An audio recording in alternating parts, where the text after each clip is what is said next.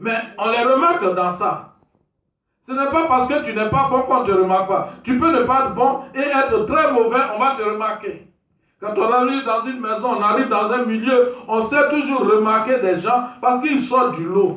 Ils sortent du lot en bien, on dit ah mais celui-là il est bien, celui-là il fait ça, celui-là il fait ça. Et puis il y en a qui sortent du lot parce qu'ils ont une mauvaise odeur. Ils ont un mauvais parfum. Ils ont une mauvaise réputation. Et ceux-là, on les identifie tout de suite. Mais c'est des anonymes qu'on peut compter.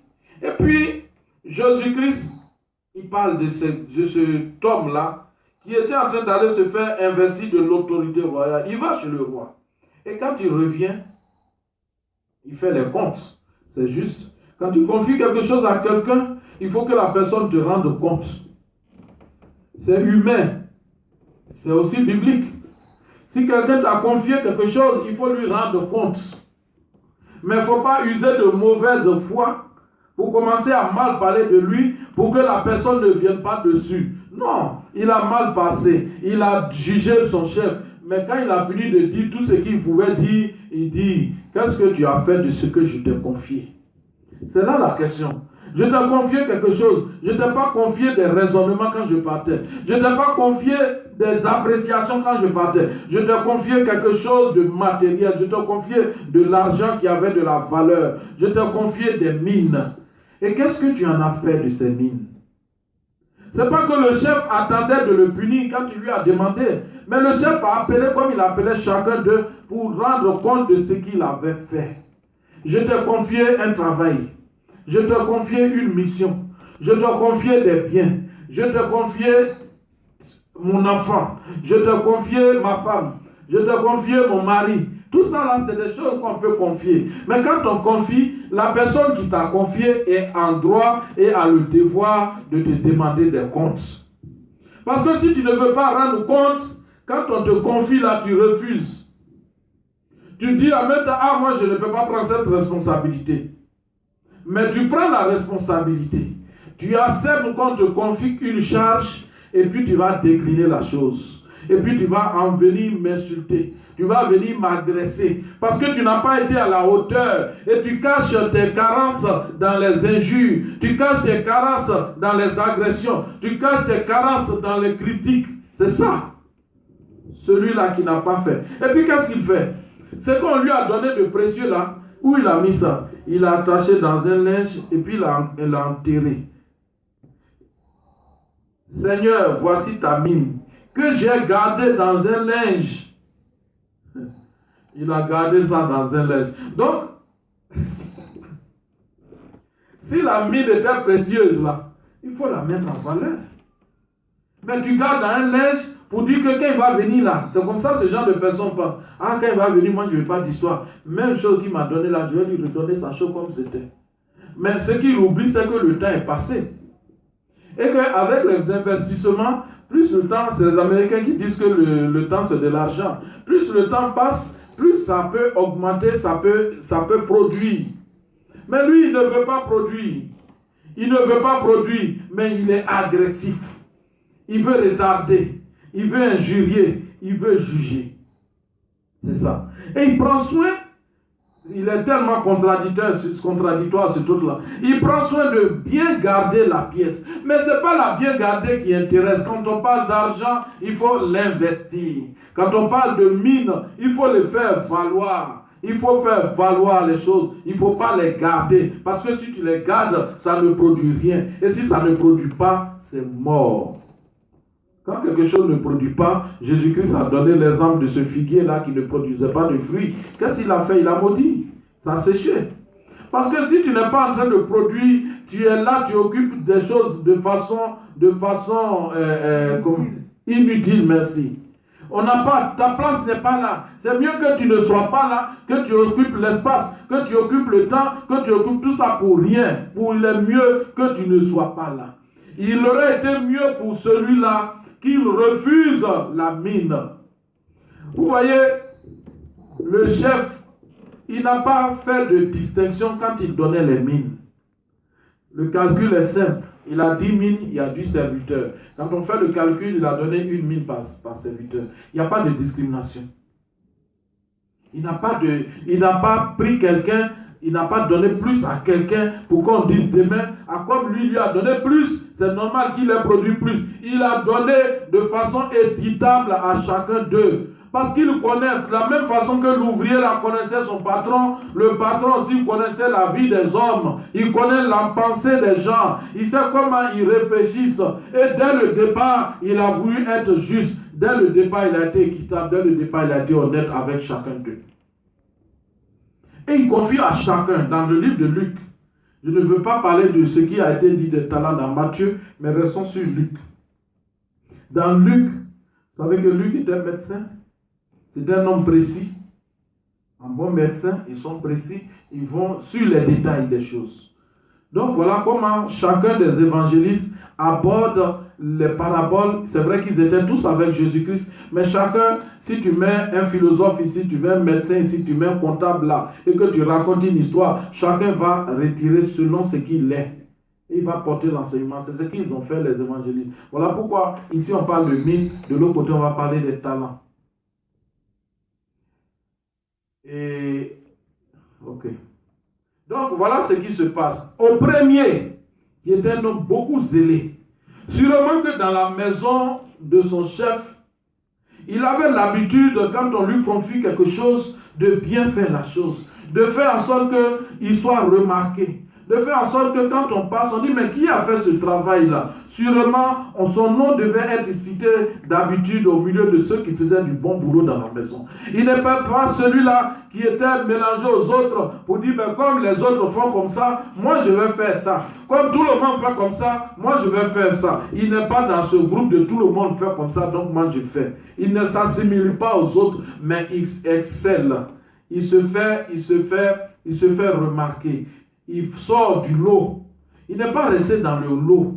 Et il s'est fait remarquer. Et quand il a produit les 10 mines, au lieu de avec une mine qu'on lui a donnée, ça a donné la joie dans le cœur du chef.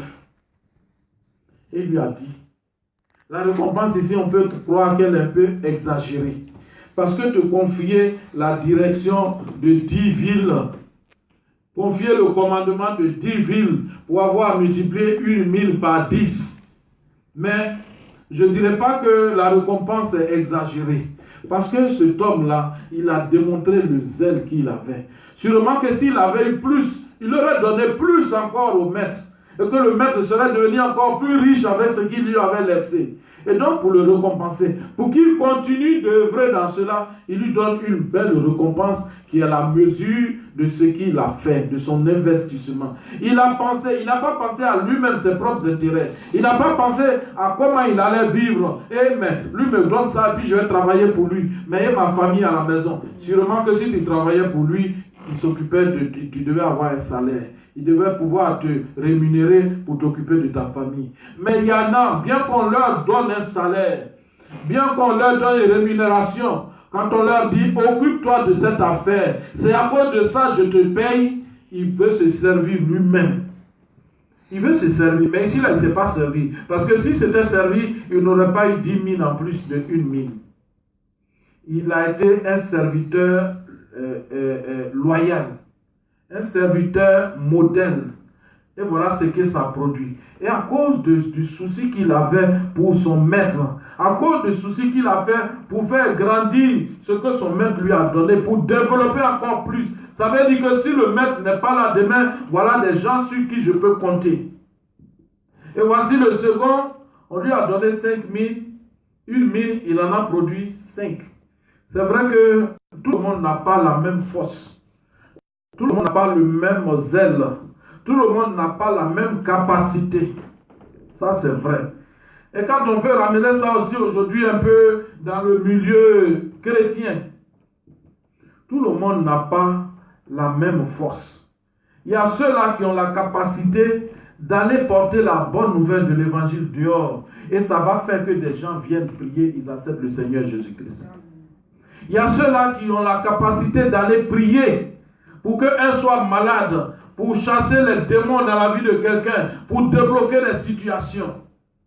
Il y a ceux-là qui savent entretenir, ils savent rendre visite, ils savent donner des paroles d'exhortation, ils savent encourager. Quand la personne se trouve dans un moment difficile, ils savent le faire.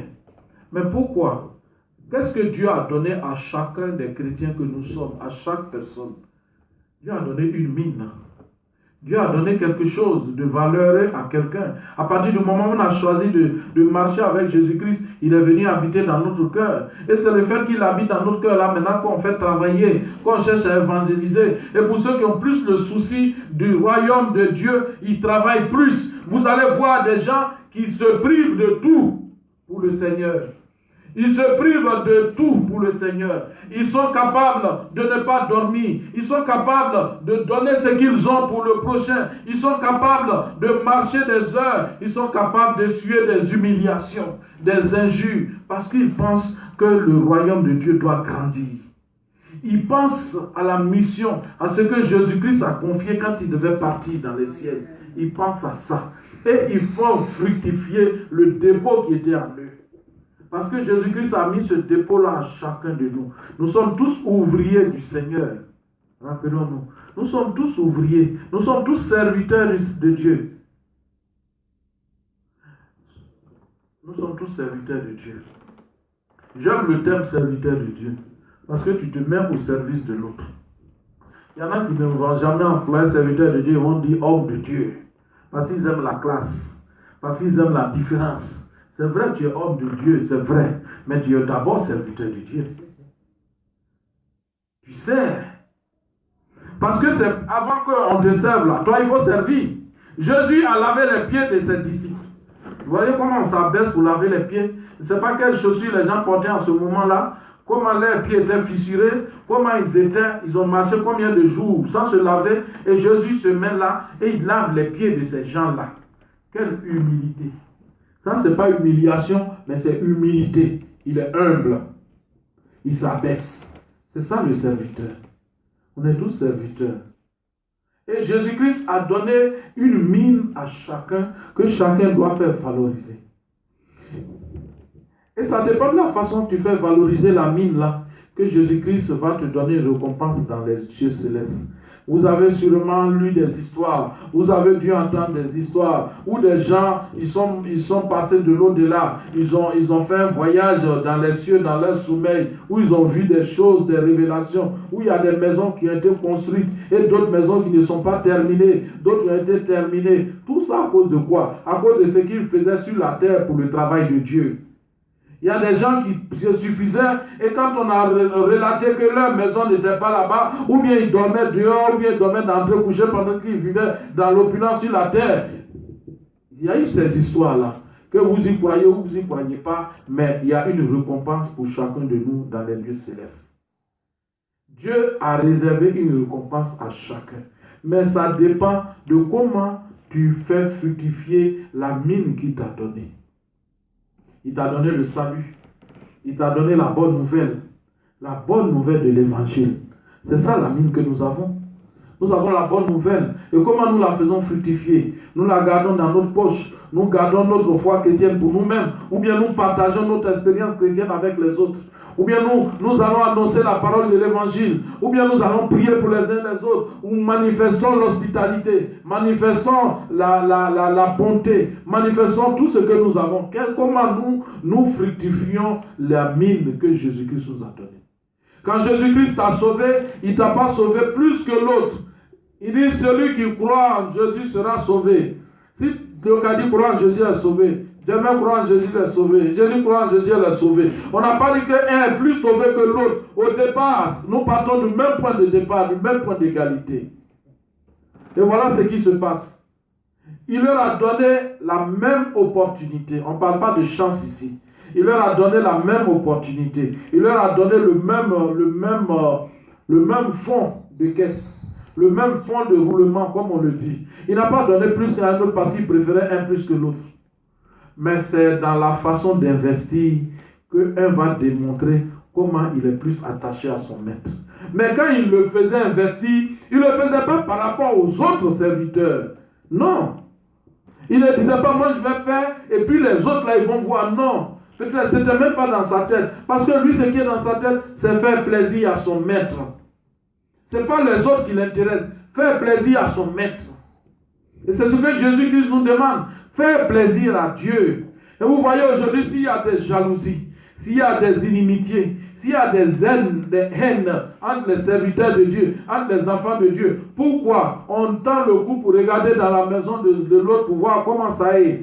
Et si c'est bien dans la maison de l'autre, on commence à nourrir la haine en nous, on commence à nourrir la jalousie en nous. Ah, mais celui-là, pour lui là, pourquoi pour lui marche? Ça là, il prend médicament, ou bien faire comme ça. On fait tout pour le salir, pour le détruire.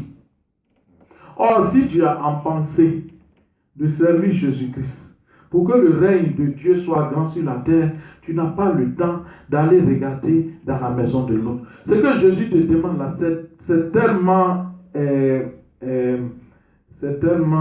imprégnant que tu n'as pas le temps. Parce que tu veux travailler pour développer, pour fructifier ce que Jésus-Christ t'a demandé. Mais à quel moment tu as fini de fructifier et puis tu vas aller regarder à gauche, à droite pour critiquer ou bien pour aller manifester ton mauvais esprit là-bas?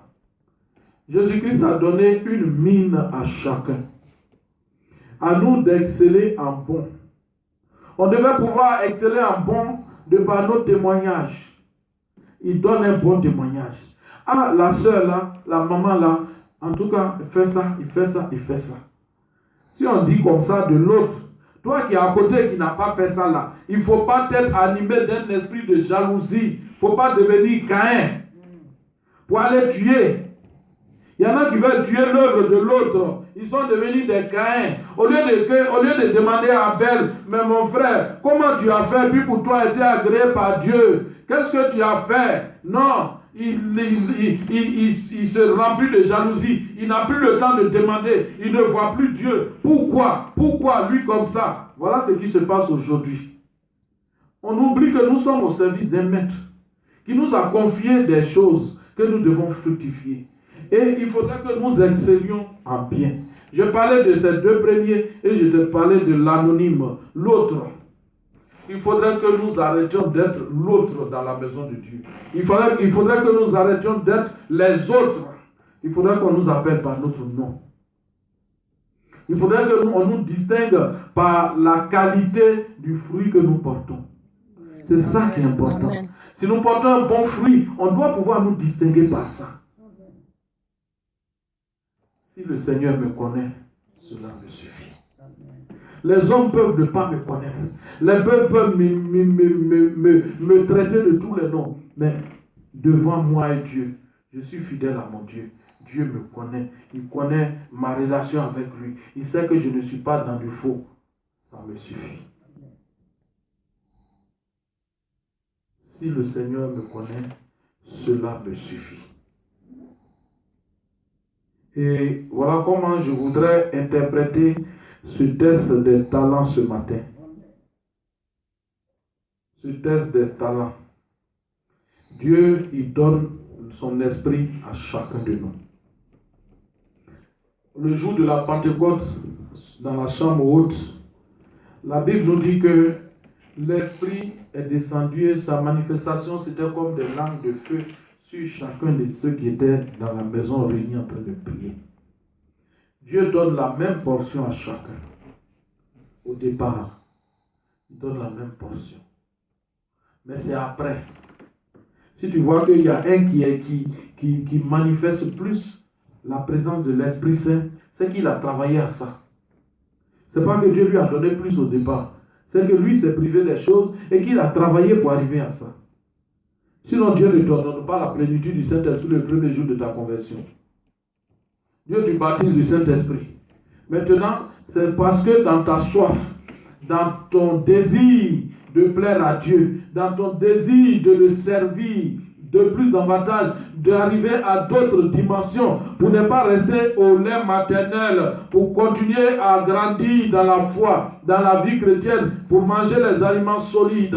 Parce que quand j'ai plus de 50 ans aujourd'hui, si on veut me nourrir au lait, au biberon, comme mon petit enfant qui est né il y a 10 jours, je ne pourrais pas digérer ça. Parce que mon organisme est différent désormais. Mais celui qui est né il y a 10 jours, on ne peut pas lui donner placali, on ne peut pas lui donner pasta, parce que son organisme n'est pas encore préparé à ça. Voilà pourquoi il faut lui donner du lait. Et puis quand il va dépasser le terme du lait, on va lui donner la bouillie. Et quand on va lui donner la bouillie, qui est un aliment intermédiaire, on va lui donner les aliments plus solides. C'est comme ça avec Dieu. On est né dans la maison de Dieu. Nous sommes nés de nouveau. Il nous donne du lait. On commence à connaître les choses de base. Mais si on veut grandir, pour manger la bouillie, pour manger la viande, il faudrait que notre vie chrétienne aussi puisse se démontrer. Il ne faudrait pas qu'on reste au lait. Si on reste au lait, le royaume de Dieu ne va pas grandir. Si on reste au lait, on grandit, mais après, excusez-moi pour le terme, on parle des bébés hollandais. Dans nos pays, on parlait des gens qui grandissent et puis pour dire qu'ils sont un peu bêtes dans les bébés hollandais. Pour dire que son intelligence ne répond pas à sa forme. Il est grand, il est bourrou comme ça, et puis sa réflexion là, c'est encore resté au niveau des enfants. Il ne faudrait pas que nous soyons des chrétiens bébés hollandais. Là, les bébés hollandais, ils grandissent par rapport au lait que les Hollandais nous envoyaient au pays avant. Il grandit, et puis il n'est pas mûr. Tu le vois, il est grand comme ça, il fait impression, mais il est toujours dans les commérages, il est toujours dans les bassesses, il est toujours dans ce qui retire, il est toujours en train de juger tel serviteur de Dieu, en train de juger tel servant de Dieu. Voilà cet autre, au lieu de fructifier ce que son maître lui a donné, lui il le juge. Il y a des hommes comme ça. La fois passée, j'en parlais à la maison avec mon épouse. Je dis, on n'a qu'à arrêter de traiter tout le monde de chrétien.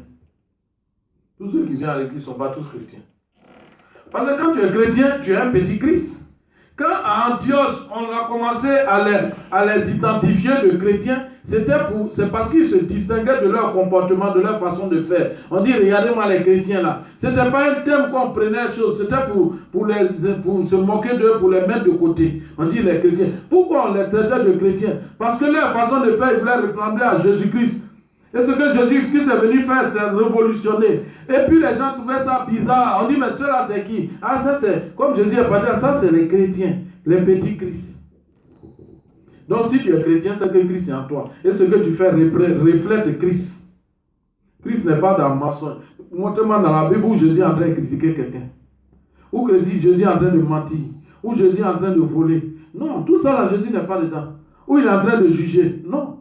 Jésus, il n'est pas venu juger, il vient maintenant pour juger le monde. Maintenant, quand il va revenir là, c'est pour juger. Sinon, la première fois, il n'était pas venu pour juger. Quand il est venu la première fois, c'était pour nous sauver. Donc, si tu es chrétien, on voit le comportement, on voit les caractères de Christ en toi. Mais tu peux être à l'église, et puis on dit, mais les gens disent, mais les chrétiens d'aujourd'hui, non, ce n'est pas chrétien. Il est à l'église, mais il n'est pas encore chrétien, il croit.